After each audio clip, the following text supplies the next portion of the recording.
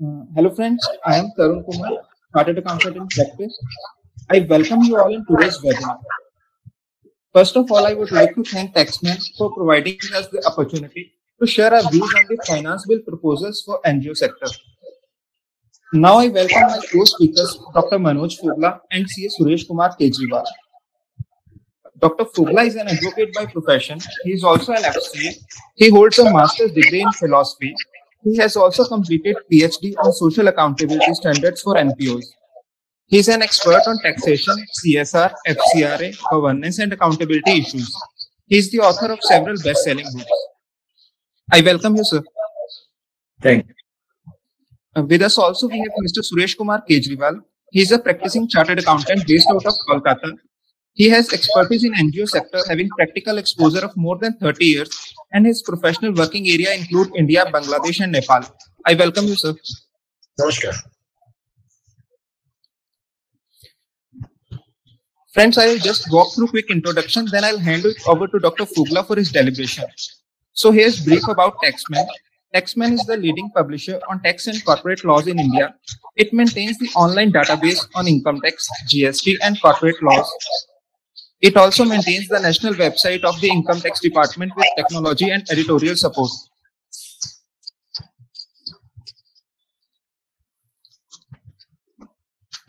Suresh sir and Fogla sir, if you are not speaking, can you please put it on mute? I think there is a complaint that some... Okay, I think now it is better.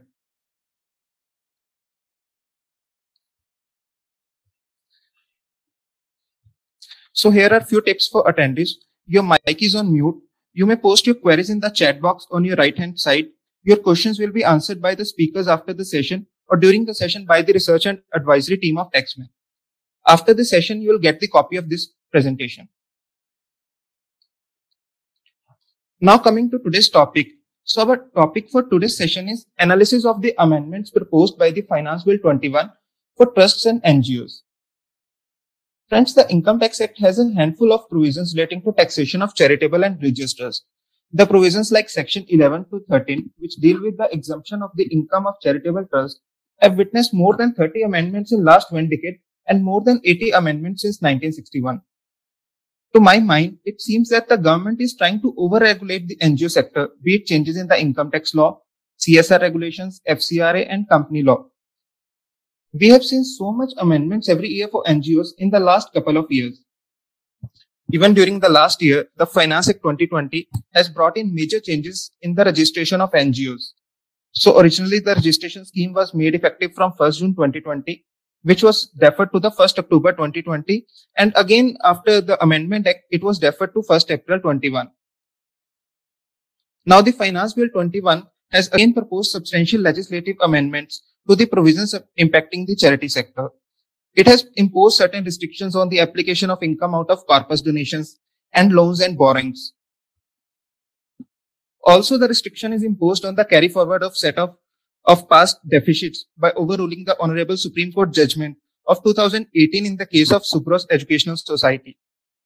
These are some of the amendments proposed in the Finance Bill, which we will be discussing in details in the coming part of the session. Now I would request Dr. Fogla to share his views on the budget proposals.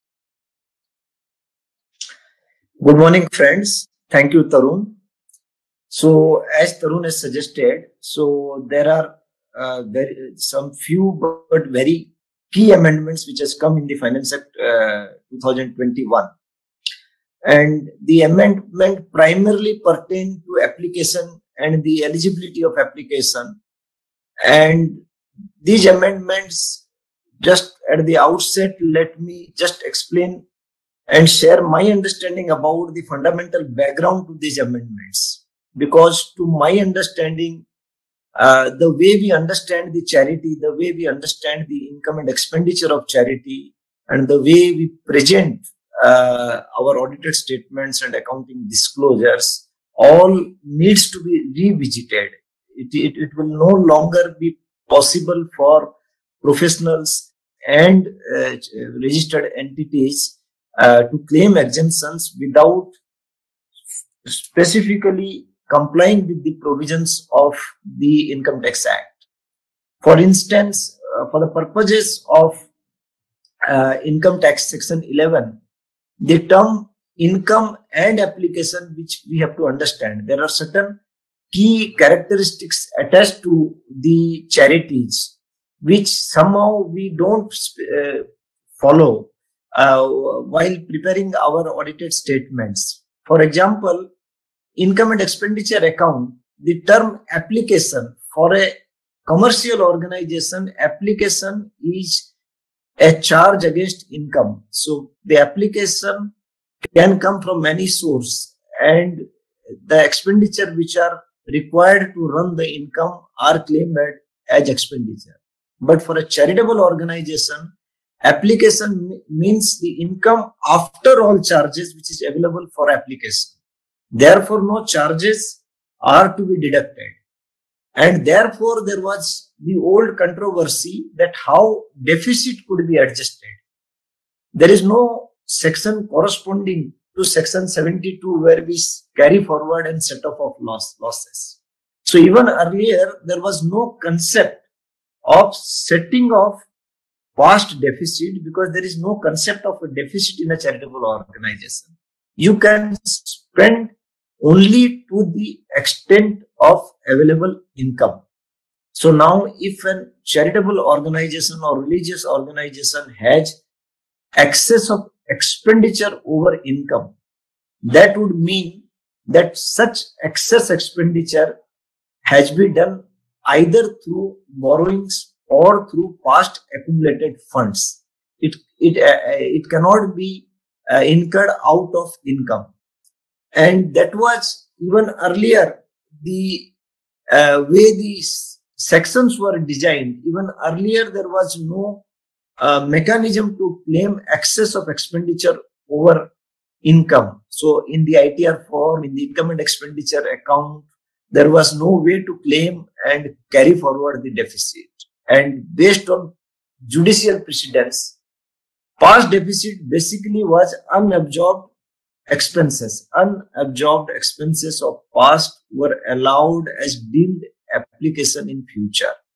So now what the budget has said, but budget had brought a fundamental clarity that in the income and application account, only applications made out of income during the year would be permissible. All other applications, whether through borrowings or through your accumulated savings or any unabsorbed deficits of the past, all these will not be allowed to be set off against future income. Each year, current year, future year, only the income will be allowed to be spent.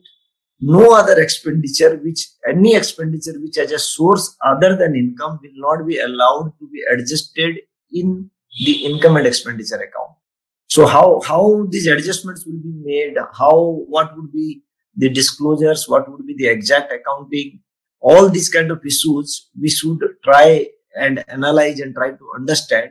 But before that, I think let us try to understand what exactly are the amendments proposed in the Finance Act. And for that, let me request Tarun to run through all the amendments and the prima facie implications thereof. Tarun. Thank you, sir. Friends, now I am taking up the first amendment. First amendment is in section 1023C. So basically, if you see, section 1023C provides for the exemption of income received by any person on behalf of any institute. So there are a number of sub-clauses under which tax exemption can be claimed with or without approval. So under sub-clause III-AD and III-AE of section 1023C, educational and medical institutions are totally exempt from tax if their annual receipts does not exceed ₹1 crore. So these institutions does not require any approval from Commissioner of Income Tax. There is no requirement of audit and even 85% application. They just need to file their income tax return to claim the exemption. So the Finance Bill 21 proposes to increase the limit of 1 crore to 5 crore. And the Finance Bill 21 introduced the concept of aggregation, which was earlier not there in the Act. We were having number of rulings in the favor of taxpayers, wherein it was held that limit of 1 crore to be available for each of the institution run by the organization. So we have rulings of Honorable Karnataka High Court, Chennai Tribunal, Delhi Tribunal. They all were in the favor of the assessee. So now the Finance Bill has overruled all these rulings. It has been provided that if a charitable trust runs both a medical and an educational institute, the total receipts from all such institutes shall be aggregated to compute the annual total receipt of rupees 5 crores. To take an example, if an organization is running 10 schools and 5 hospitals, then we need to check the aggregate of total receipts of such organization from all schools and hospitals. So now after the proposed amendment, the benefit of exemption will not be available if aggregate receipts are more than rupees 5 crore. So now coming to the next amendment.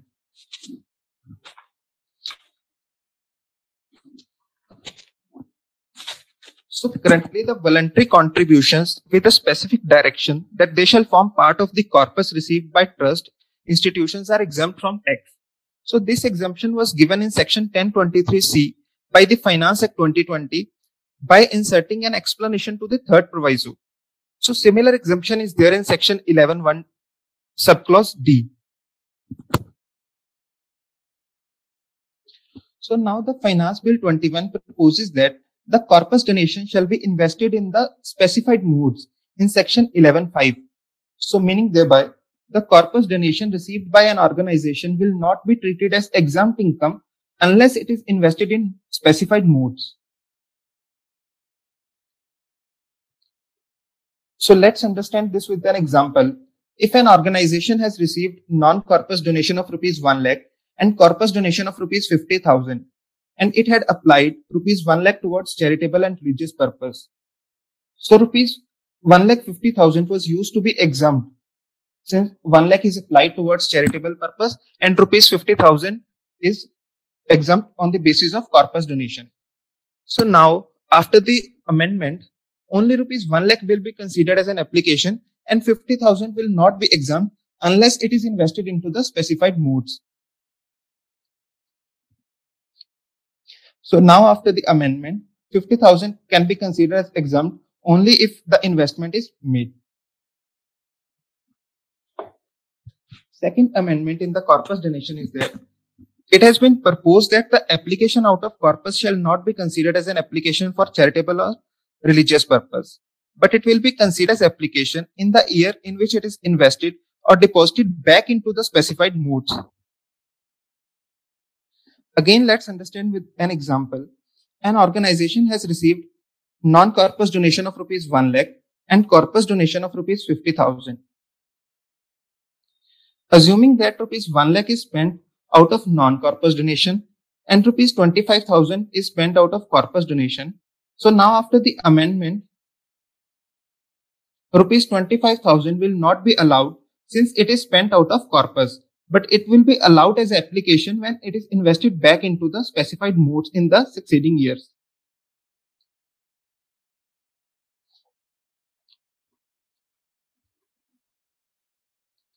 Next amendment is regarding the application made out of loans and borrowings.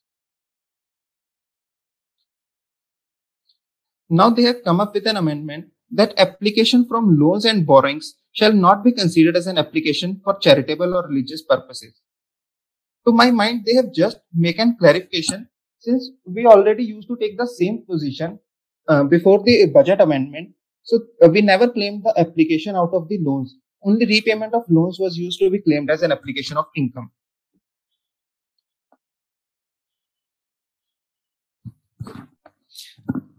So the next amendment, they have come up with the huge controversy, which was regarding the set off and carry forward of past year deficits. So controversy was settled by the Supreme Court in the case of Subros Educational Society. So after the judgment, the assessee was allowed to take the benefit of carry forward and set off of past year deficits. Now they have overruled this judgment by providing that no set off or deduction or allowance of any excess application of any of the year preceding the previous year shall be allowed. So this was amendment regarding the set off and carry forward of past year deficits. Another change is in the due date of filing of income tax return.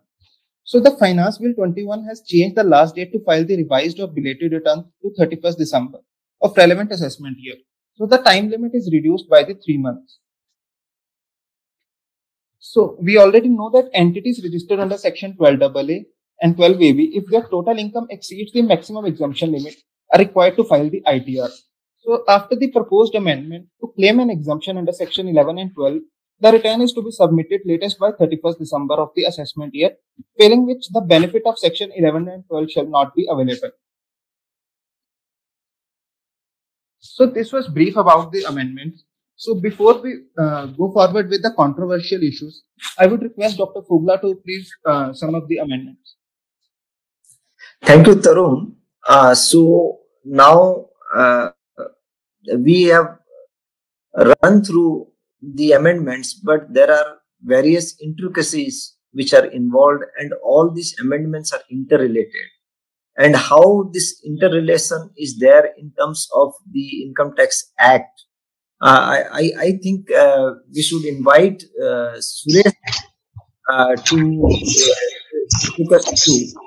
So Suresh, could you just sum up the exact technical implications of this amendment on a charity, like corpus, etc.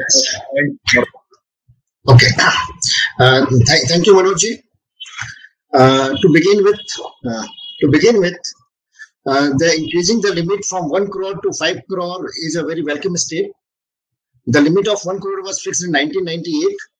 So this amendment, this revision was overdue. Now this will put up an issues. What will happen to the NGOs or institutions which have a turnover in between 1 crore to 5 crore? I understand the medical and education institutions claiming approval under section 1023C and having turnover, having receipt up to 5 crore, they should not apply for renewal when the renewal process starts from 1st April 2021. But in case these institutions are claiming benefit of section 11 by getting registered in section 12AA, then they have to take a call whether they are going for renewal or not, because their turnover receipt limit is less than 5 crore. Second amendment is regarding to corpus donation. Though section 12(1) specifically says that the income from trust properties are deemed to include voluntary contribution other than corpus donation, meaning thereby corpus donations are not to be included as a income from trust property. But again, section 11(1)(d) provides that any corpus donation with a specific declaration from the donor that itself form part of the corpus is claimed to be exempt. So in practice, all corpus donations were first included as income and then provided to be exempt under section 11(1)(d). Now, as per the amendment, all corpus donations with a specific declaration from the donor that itself form part of corpus donation, corpus of the organization, shall be exempt only if it is invested in specified mode as per section 11(5). Now, before this amendment, even the donation towards building was stated to be a corpus donation and claimed to be exempt. But now, after this amendment, the corpus donation with a declaration from the donor would mean that the funds are available with the organization so that they can invest in a specified mode. So the corpus donation through bank account, through a specific declaration, shall be exempt only if it is invested in a specified mode, and other donations shall be treated as a normal voluntary contribution subject to application. Now, the amendment has also brought a difference between corpus of the organization and the corpus donation. For the corpus donation, they are saying it shall be exempt only if it is invested in the specified mode. At the same time, they are saying no application shall be considered as application if it is out of the corpus donation. For example, if you have received 1 lakh as a corpus donation and we have not invested in a specified mode, then no exemption, and this will be 1 lakh as an income. Again, even if we have spent 1 lakh out of this corpus donation, this will not be treated as application, because the amendment provides that no application shall be treated out of the corpus donation, meaning thereby, even if in the year of corpus donation receipt we spent, the taxable income shall be 1 lakh if we are not investing into the specified mode. The benefit of exemption for corpus donation shall be available only in the year in which the amount is reinvested into the specified mode. So basically, the intent of the government is very, very clear. Any corpus donation has to be compulsory deposited into the specified mode to claim exemption. Otherwise, no other benefit shall be applicable even on the application out of the corpus fund. Regarding this carry forward and set of laws, Mr. Tarunji has rightly said that the judicial standing has been now done away with, and the government and the proposed amendment has provided that no carry forward of the past deficits shall be allowed while computing the current year's income. Meaning thereby, now the past deficit may be due to may be funded out of the loan token, may be funded out of the borrowing, and may be funded out of the corpus of the organization, or maybe out of the corpus donation. So if the past deficit is because of the loan taken, out of the loan taken, then there will not be any impact of this carry forward restriction, because the repayment of loans will be considered as application. If the deficit is out of the corpus donation, funded out of the corpus donation, again there will not be any impact on the NGO, because the reinvestment in the corpus donation will be considered as application.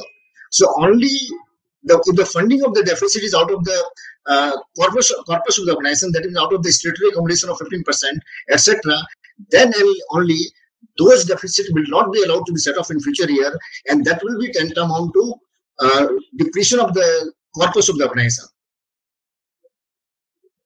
Regarding the change in the belated return timing, now at the time of submitting the return, though the due date was October, we have to submit 10B report 1 month before the due date. We have to submit form number 9A within due date. We have to submit form number 10 within the due date. But in case where return coupled with 10B was supposed to be submitted, then we used to submit form number 10B within 1 month before 1 month of the due date, but the return can be submitted up to 31st of March. Now this last date of return filing has been reduced and modified to 31st December. And similar being the case when another belated return and the revised return, the last date has become 31st December and not 31st March.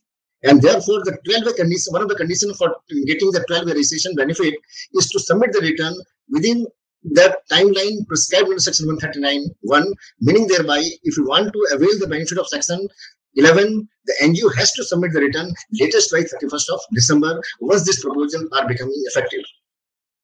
So these are some of the implications of the key amendments. Now I over to Manojji for further deliberation on this.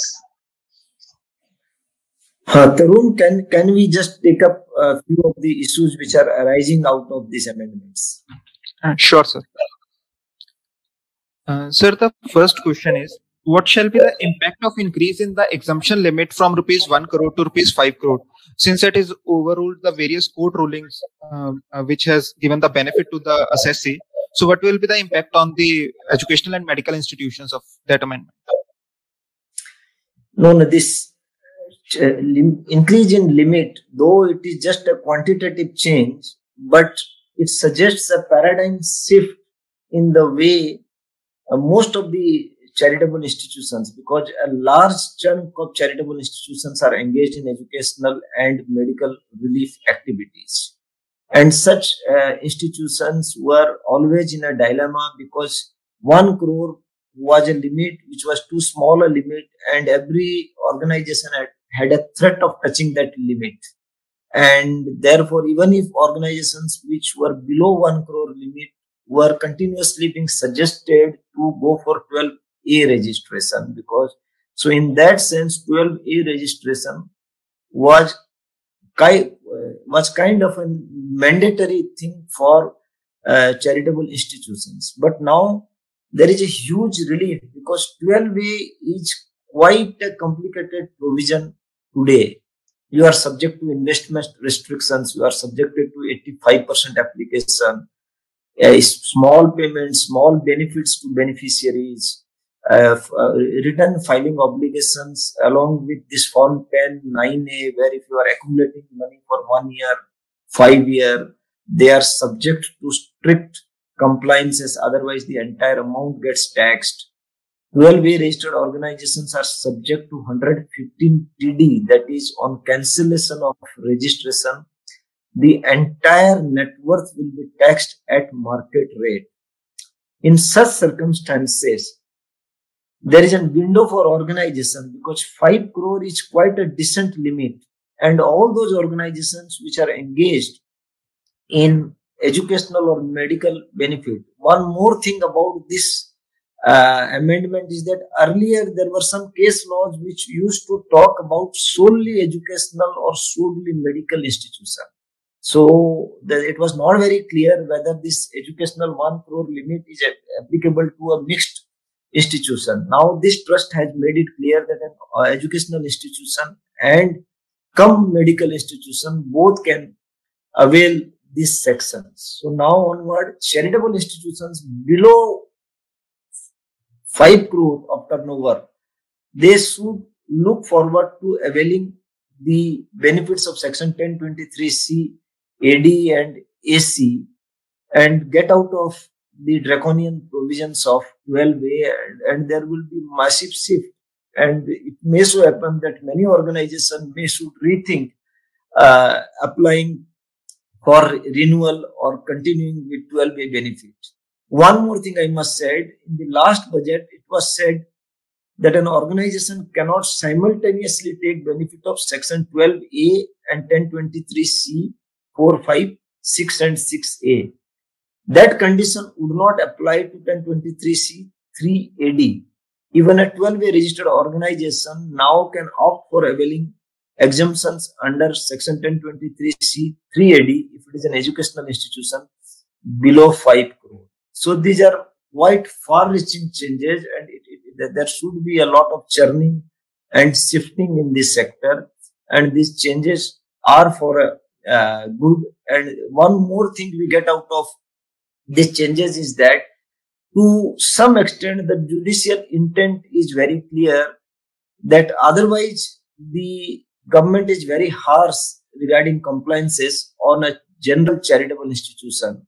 But it is quite liberal on account of institutions which are into direct delivery programs, because education, medical are direct delivery programs. So in that sense, there is a message from the government that the government is encouraging direct delivery program, and it is not very encouraging as far as other kind of charities are concerned. So these are few of the takeaways and understandings which come out of this change in limit.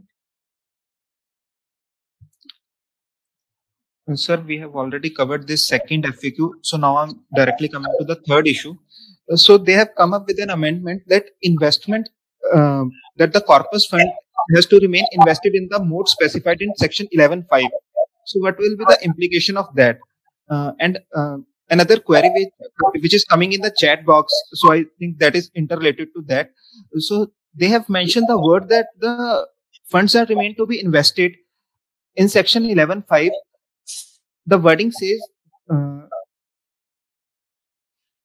investment is to be made for the funds maintained specifically for such corpus. So does this mean that, for instance, we have to open a separate bank account specifically for holding these corpus funds? Kindly clarify. No, this we have to understand. I don't think proper the amendment has come keeping in view the implications it will have, because the amendments have a very limited applicability and the authorities probably have not thought of the long-term and the larger implications. So when we read the amendment, what sense we get is that they are about the corpus donations rather than corpus funds. So corpus donations pertain to a particular year, and corpus fund is a much larger concept. A corpus fund may or may not be created out of corpus donations. We create a corpus all accumulated funds of our organization result in the corpus, including the 15% savings an organization does, that also is a corpus. Whatever is not subject to any utilization condition is virtually the corpus of the organization. The money indefinitely and unconditionally available to the organization is the corpus. So now the corpus under the law can remain invested in various modes. Under the Income Tax Act, you can hold a corpus in the shape of a business. So Section 11(4), you can have a business as an asset of the trust. So that could be a part of the corpus. The assets invested in the incidental business activity, they are also a part of the corpus. So those kind of things have not been taken care, that should have been understood. Maybe there would be a follow-up amendment, but for the purposes of the current amendment and for the to understand how to use it, the first primary implication is that, one, whatever donation was received, that donation has to be invested in a 11(5) compliant investment, and it could be a bank deposit, it could be a term deposit, it could be a mutual fund, it could be a debt-based government security. So there are various options available under 11(5). For a startup or an incubator, it could be equity investment in startups. So all are treated as investment under 11(5). So the idea is not to open a separate bank account, but now onward, organizations have to follow fund accounting systems. That means you should be in a position to draw an independent balance sheet against your corpus fund, independent balance sheet against your borrowings. So your asset side should clearly reflect that what are the investments which are coming out of your corpus. And sometimes the corpus is invested in project assets. Suppose out of our accumulated fund, we construct a hospital.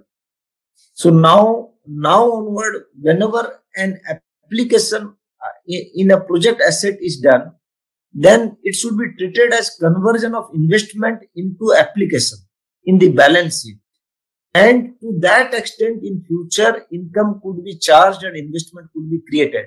So therefore, the corpus fund of an organization should be clearly distinguished into say 3 categories. Corpus fund should represent, it could represent business assets 11(4) and 11(4)(a). The corpus fund will have investments, and corpus fund may have debit balances of unabsorbed expenditures in the balance sheet, because all these 3, the unabsorbed expenses out of corpus cannot go to the income and expenditure account, but can be converted into investments again. So now what the law proposes is that each organization has to follow fund accounting in strict terms and draw a separate balance sheet against corpus fund should be possible. So the audited statement and the accounting disclosure should clearly show the corpus balance and how it is distributed and what is the breakup, and then only the future benefits could be availed. Otherwise, due to lack or lapse in accounting disclosure, exemptions and tax benefits would not be available. Can I add something, Manoj? Yes, please. Yeah, the amendment has missed a point. When we invested the corpus donation, then how long this should be invested in the investment? Suppose the first year we received corpus donation and we invest in 11(5) mode, and the next year we get the maturity of that fund and we receive in the bank account. What will happen? Whether that will consider as your income again, and that too from the corpus donation, or that can go as a normal proceeds for the organization. I think this is not very clearly coming out from the amendment, and there may be, and this may require a clarity. How long this investment should be held to continue to the benefit of exemption under section 11(1)(d). Sureshji, thank you. That what I said in the earlier. The amendment has not provided provisions pertaining to the corpus existing in the balance sheet. They have been created keeping in mind the corpus donations. But till we find an amendment or clarity, because in any case it is a part of the statute, the understanding is that a corpus donation once created always should remain invested in 11.5 investments. So the current year, if you have invested in 11.5, the moment it is matured, it will be reinvested into 11.5. If it is matured back to the bank account, so the bank account is also compliant with 11.5. So it doesn't make the term deposit is converted into a bank balance. It does not make any difference. But under fund accounting principle, it should be segregated and should always be separately shown in the books of account, ledger accounts, and the audited balance sheet. And corpus fund forever should remain invested in 11.5 unless corpus is invested in incidental businesses and received as donation, a business received as donation, that is business assets, and those assets can only be created either by the donor. They cannot be created out of corpus donations. It can be created out of accumulated funds, but that clarity is not there. So for the limited purpose of whatever provisions we have, we should follow that whatever corpus fund you have, the investment should be segregated and all the investments pertaining to corpus should be separately available for all times to come. Any investment from borrowings or income during the year should be separately. Okay. Sir, next question is, sir, what will be the time limit to make an investment in the specified modes? So the law has not prescribed the time limit by which the investment is to be made. To take an example, if it has to be made during the financial year or by the due date of filing of income tax return. Tarun, try to understand. Let us that for a organization registered under section 12A, there is no option but to remain invested in 11.5 mode. There is no way, whether it is out of income or out of accumulated fund. The exceptions could be investment in business assets. The exceptions could be a business received as donation or contribution in kind received as donation, which cannot be converted into 11.5.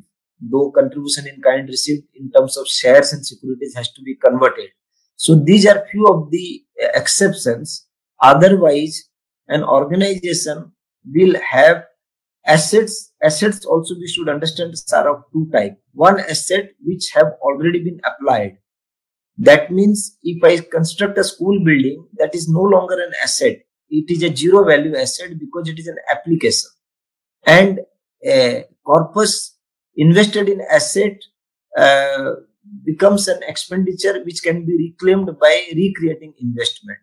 And corpus in investment means that corpus is available for application or use in future.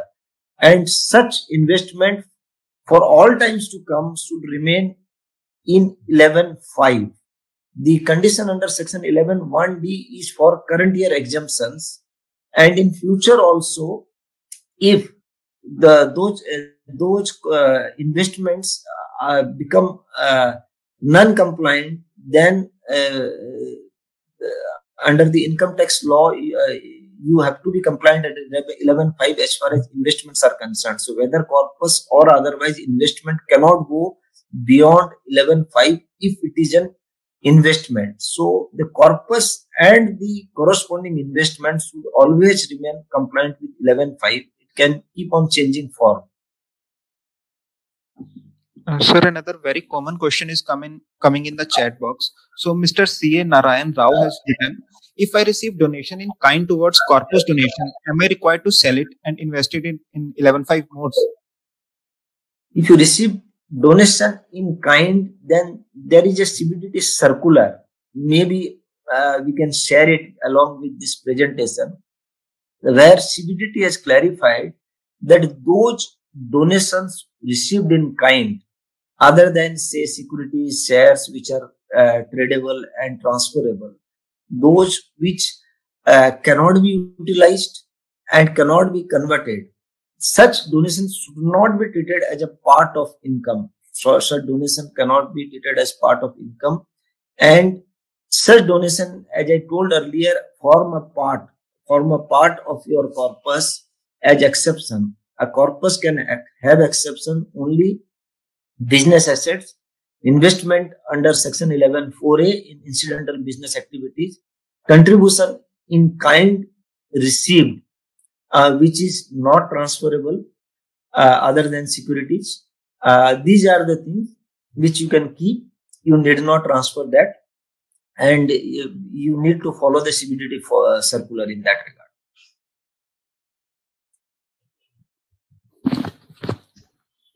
Sir, the next question is, what will be the consequences if the money is withdrawn from the specified modes? So basically, how long the money is to be remain invested into the 11.5 modes? No, 11.5 mode, we come to the forfeiture section. But if an organization is not keeping money in 11.5 mode, then section 13(1)(d) gets invoked. So it is a larger question. It doesn't bear any new law by virtue of this Finance Act 2021. So Finance Act 2021 is just an add-on provision which just says that if you are receiving corpus donation, please deposit in an 11.5 compliant mode. This could be to curb some practices such as organizations at times used to claim that large amount were received in cash as corpus donation and were spent for maybe some assets, etc. So to curb those kind of practices, the law now has provided that the corpus donation should be parked specifically in a 11.5 mode. So it is kind of an escrow account. So the escrow part is new, setting aside in a specifically in a different 11 segregated form. That is the new law. But 11.5 is a continuing law, except exception if an investment is not in 11.5 mode, then section 13(1)(d) will be implicated. Earlier, if section 13(1)(d), that means if you violate the investment mode, earlier there were some doubts that whether the entire exemptions will be withdrawn, but now there are a lot of judicial precedences where the amount involved or the income thereof will only be subjected to tax.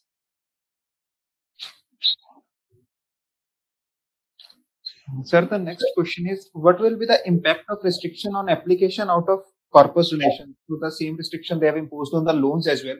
So basically there is restriction on application out of corpus and loans and borrowings. So what will be the impact of that? Now try to understand, it is not application out of corpus donation. Now onward, the act is very clear that application is something which can only be done out of income. You should understand it this way, that there are two types of application, two broad category of application. One, application out of income. Two, application from sources other than income. So whenever there is an application from sources other than income, then such application cannot be treated as application even in future years. And the same will apply to corpus as well as loan and past deficit. Now onward, let us try to understand. Suppose you make your income is 1 crore and you have spent 2 crore rupees, and the additional 1 crore rupees you spent, 50 lakh rupees was out of corpus and 50 lakh rupees was out of borrowings. This both 1 crore rupees of excess expenditure will continue to remain as a debit balance in your balance sheet.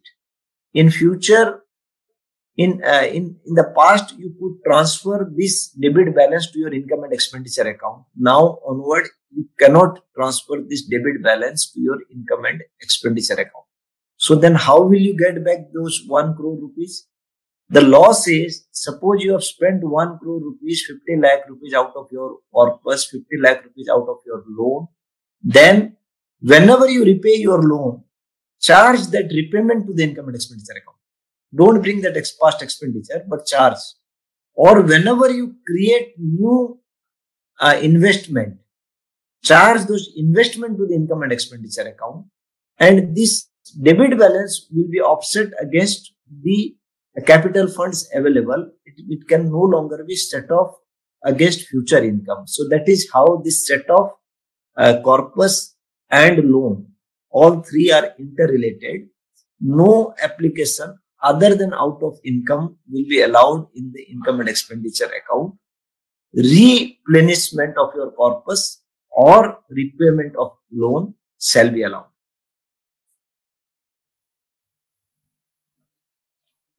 Sir, another common question which is coming like, now do we need to maintain a separate accounts for corpus, non-corpus and loans and borrowings? Like we need to track the source and application from each of the source. So what are the major accounting considerations after these amendments? So I will just briefly touch upon, and then I will invite also Suresh ji to share his idea. But this accounting is a major resource, and it is my earnest plea before all our professional friends, because in the past there is a general practice that we don't prepare specific financial statements for the purposes of section 11 to 13. Organizations along with the auditors normally prepare this form 10B and 10BB, and they attach the same audited statements which has been prepared for say section 8 company law purposes or general purposes. So a current balance sheet of an organization, if I see, you will not find 11-2 application. If an organization has accumulated for next 5 years, I have not come across a single balance sheet which shows that these are the 11-2 applications to be set off against future income. I don't see or an accumulation under section 11(1), that is for next 12 months or 9A. So now onward, not only the corpus related expenditure accumulated, the balance sheet and income and expenditure should clearly show all these, and the financial statements have to be prepared strictly complying with the provisions of section 11 to 13. Whatever is income under section 11 should be treated as income under the income and expenditure. Whatever is an application for the purposes of section 11 should be considered as application. And in that spirit, the balance sheet, the corpus should correspondingly show investment on the asset side. There could be a schedule attached, investment schedule and the fixed asset schedule which you prepare. The schedule could be divided into heads such as investments out of corpus, investments from other sources, project assets, assets created out of corpus. So all those distinctions have to be there. Otherwise, it will be very difficult to claim exemptions and applications benefit and claiming replenishment of corpus in the income and expenditure account in future, unless your opening balance sheet, the opening figure, show in your corpus investment there is a deficit. That means in the past corpus investment was used for certain expenditure. Unless your opening balances, your audited statement clearly shows that, you will not be able to claim that as application in future. So that is a huge exercise, and there has to be change in the way accounting and auditing is being done. Suresh ji, I can add here. Yeah, I think Manoj is very right. What we tend to prepare the completion on the basis of general purpose report, and general purpose report in income and expense account, all are considered expenditure irrespective of the source of funding. But now under income tax, application is consider only out of the income of the year, and out of loan, if the application is made, the expenditure will not consider the application in the year of actual expenditure, but the loan repayment will be considered as application. Similarly, last 2 years, ITR 7 also want the source of funding, source of the application amount in 3 categories. The total amount is spent by the organization, say 1 crore. So ITR 7 required how much is spent out of the current year income, how much have been spent out of the loans and borrowing, and how much has been spent out of the accumulated funds. And out of by the present amendment, now one more category has been added, how much has been spent out of the corpus donation during the year. So I understand now every organization must have an accounting system retuned and must have a fund accounting concept, at least for the 4th category: past accumulated fund, the loans and borrowings, current year income, and current year donation, corpus donation, so that they can track how much has been spent under each source of fund. And based upon that, if the recent payment account is prepared, then only we can compute the income in a correct way, and we can submit our ITR 7. So I fully agree with Manojji. We should not refer the general purpose report for making computation. Our accounting charts should be retuned on the basis of fund accounting. The financial statement shall be represented on the basis of the requirement of Income Tax Act, and on that basis only the computation should be attempted. Thank you, Manojji.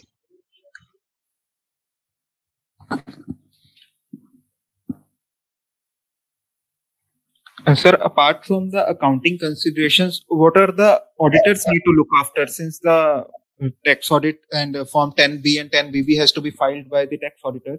So what will be the additional considerations which needs to be looked after?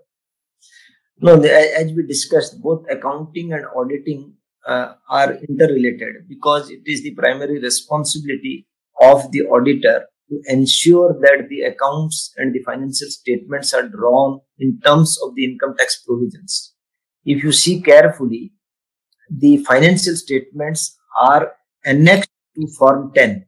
So basically, they are annexures of Form 10. So in Form 10B and 10BB, we say that we express our views based on the audited statements and the income and expenditure account annexed to that particular report. So therefore, it is the job of the auditor. The organization may draw the audited statement based on accounting principles. The auditor actually will draw the financial statements based on the provisions of Income Act. Now the problem, why we face problem in our traditional audited statement is that conceptually it is very difficult for a chartered accountant, for an auditor to digest the fact that capital expenditure are on par with revenue expenditure. Inter-charity donations are on par with revenue expenditure. But this is what the statute says. The income and expenditure account for the purposes of Section 11 is not an income and expenditure account. This income and expenditure account begins after a traditional income is determined. Now, for instance, you have income to remove all the charges, all the expenditure to earn that income. It could be fundraising expenditure, whatever, all the charges are removed, then you get the amount available for application. Application doesn't have any column. Application doesn't mean revenue, capital, inter-charity. So the income and expenditure account, actually there are no expenditures to be claimed in the income and expenditure account. Technically, it is an income and application account. It is a misnomer. In fact, Form 10BB says profit and loss account. There is nothing called an income and expenditure account in the statute or the rules. And auditors are required to prepare an income and application account. And they have to ensure that income and application correctly reflects the corporate investment, correctly reflects the 11.2 application. 11.2 application should find a place in the balance sheet. When I go to a balance sheet of an organization, I should be in a position to see that whether what application was made. Currently, we do all these things through separate statements. It will not be possible in times to come in the light of everything becoming online and face-to-face? Sir, another common question which comes is, so I think it is interrelated.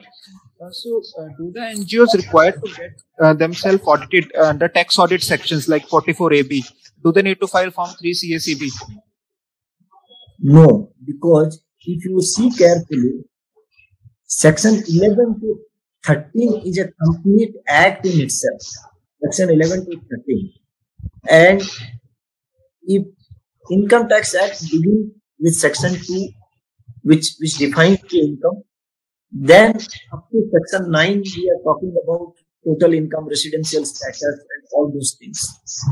Section 10 talks about income which are unconditionally exempt, except 1023C, 456, 6A. Section 11 to 13 are charity and related institutions. From 14 Income Tax Act start.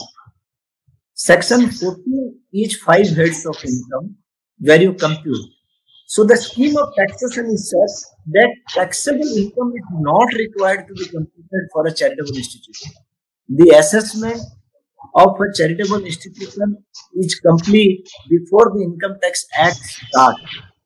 So tax audit would only be required, which we have taken, that if that charitable organization holds business as property of trust. Sorry to interrupt, sir. Suresh, sir, can you please mute yourself? I think disturbance is coming from this. Yes, sir, it is fine now. So what the popular understanding coming regarding tax audit is that any assessment or computation under Section 11 to 13 is not subject to Section 44A. There are only 2-3 provisions pertaining to business head where the Act itself says. The Act itself says that payments about those 10,000, the Section 40A, 40BA, so specifically has been linked to Section 11. Section 44AB has not been linked to Section 11, and the statute specifically provides for audit under 54A, not 44AB, and that audit is complete. No separate audit is required, even for incidental business. Only where you have business held as property of trust, it is suggested that separate tax audit will be done for that particular business as a fiscal entity.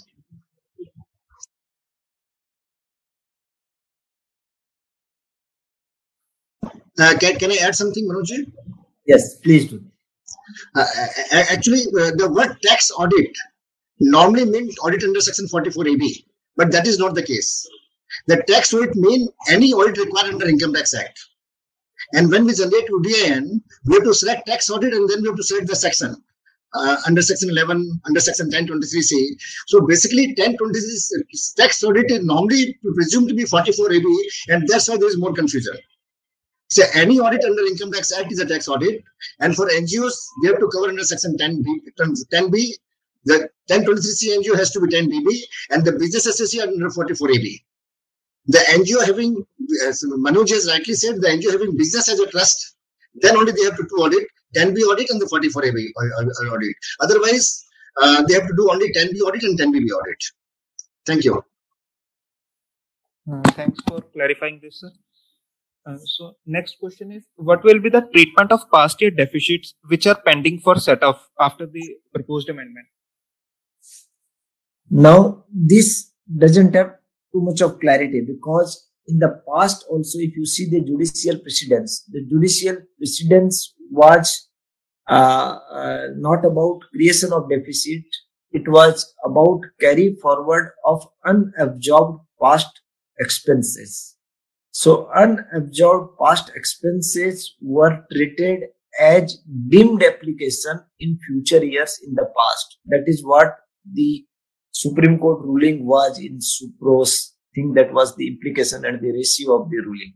So now past deficit are basically unabsorbed expenses continuing in the balance sheet of the organization. So an organization would normally, what we suggest, normally in the past also we used to suggest that whenever there is a deficit, because there is no concept of excess of expenditure, you should not transfer that deficit to the general fund of the organization. The deficit is actually unabsorbed expenditure, that is debit balances which continue and they have not been offset through the income and expenditure account. So an organization, if it has a debit balance in the balance sheet asset side of past deficit, then the organization can redraw its investment out of corpus, and its investment out of corpus will include this past deficit. And to our understanding, the organization can create 11.5 investments out of future years income and replenish this deficit. Instead of claiming as set off of past deficit, it can claim that corpus fund used for expenditure in past year being replenished. I think that is the treatment the organization should do to claim past year set off. There is no concept of setting of past deficit with the current year's income, but replenishment and creation of investment, 11.5 investment to that extent should be permissible, because in any case, the corpus fund is represented by deficit. So one, the organization should clearly redraw their balance sheets. The corpus fund investment should show this deficit as a part of the investment, and then they could be reconverted in future. I think if the carry forward deficit is out of the loan taken, is funded out of the loan, and the original application, the original expenses has not been included as an application, then this past deficit can be claimed as set off as a repayment of loan. So the NGO has to work the sources of funding of this deficit, and if this deficit is out of the loan taken, finance out of the loan, and that evidence is on record, then I think repayment of loan can be considered as an application. Yes. Past deficit is out of borrowings, then you repay and get that benefit. And past deficit, if it is out of corpus, then in your corpus you show that the corpus investments fall short to the extent of deficit, and you can replenish that. Sir, next question is, sir, the due date of filing of belated income tax return has been changed. So what will be the impact of that on the NGOs? No, this return, belated return is for particularly for NGOs, it is quite a challenging thing, because ITR 7 somehow remains complicated and misunderstood for most of the professionals, and there is a continuous need for revising in terms of the changes or the defect, etc. So I think it is going to create a lot of hardship, because basically there is no time for a belated return. The normal time itself has been converted into a belated time. Normally we are used to the normal return filing time to the month of November and December, and it doesn't align with other statutes. Under FCRA also, 31st December is the normal return filing time. This year it has been extended to June of the next year. So that way it is going to create practical hardships and needless assessment issues under 142 notices and 143(1) assessments, too much of rectifications of mistakes. So I don't think it is right. It is not a very enabling change, and it is going to create needless paperwork and hardship both for the department and the SSH.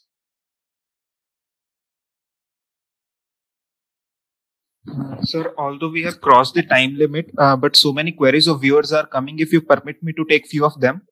Yes. Sir, if expenses are incurred but not paid, whether they can be treated as an application of income?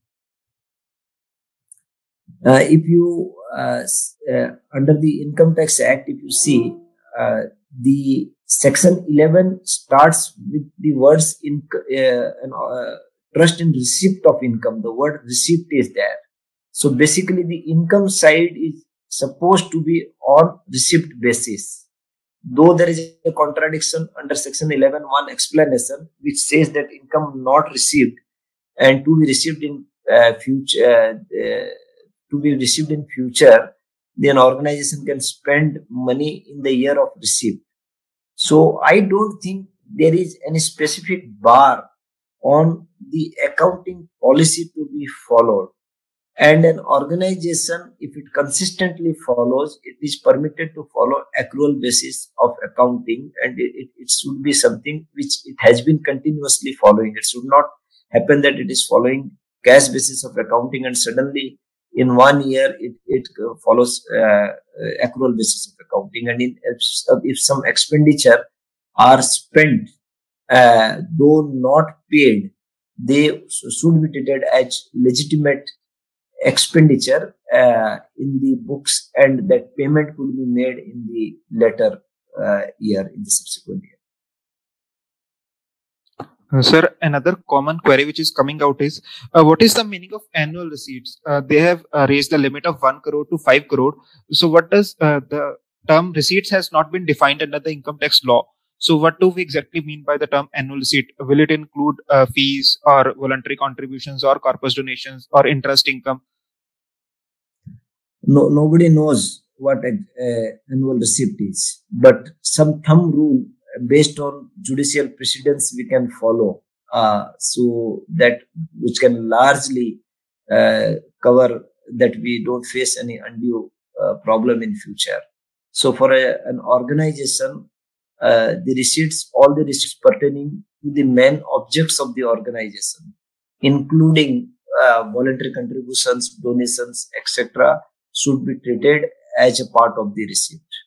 There are case laws which says that interest income, etc., though they are a part of receipt, but they should not be considered for determining that limit of 1 crore or 5 crore. And there are other case laws, though there is no specific provision pertaining to capital receipts for 1023C 3AD and AC related organizations, that is medical institutions and educational institutions below 1 and 5 crore. So capital receipts, including corpus donation, should be kept out of the receipts. What we suggest, that suppose there is a school and if it is receiving some money from sale of books or sale of medicines, due to lack of clarity, we suggest that because they are integral part of direct functioning of the organization, they should also be considered as a part of this 5 crore limit. So these are few of the thumb rules follow based on whatever beliefs. Only one input, Manoj, here. The corpus donation was not included in the receipt side, but after the amendment, if the corpus donation is not invested in the specified mode, then I think after this amendment, the corpus donation will be part of the 5 crore limit. Because the exemption was not linked with the investment before, now it is linked with the investment. But these corpus related amendments do not pertain to section 1023C3AD and AC. So I think the organization is registered under section 1023C4, 5, 6, 6A and section 11. I think they are subject to this 11.5, 85% and other things. So would that be looking at it? Focus.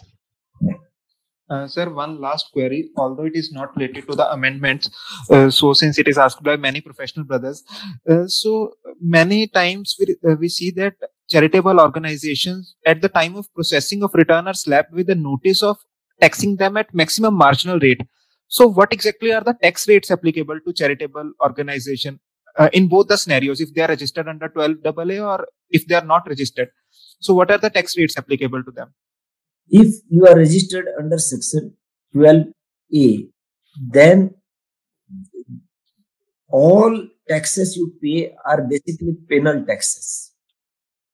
So you don't pay tax because a 12A registered organization cannot be paying taxes under the normal circumstances. It will pay taxes only if there is a non-compliance. In the normal circumstances, a 12A registered organization is assessed as a trust, and a trust does not form a part of the definition of a person.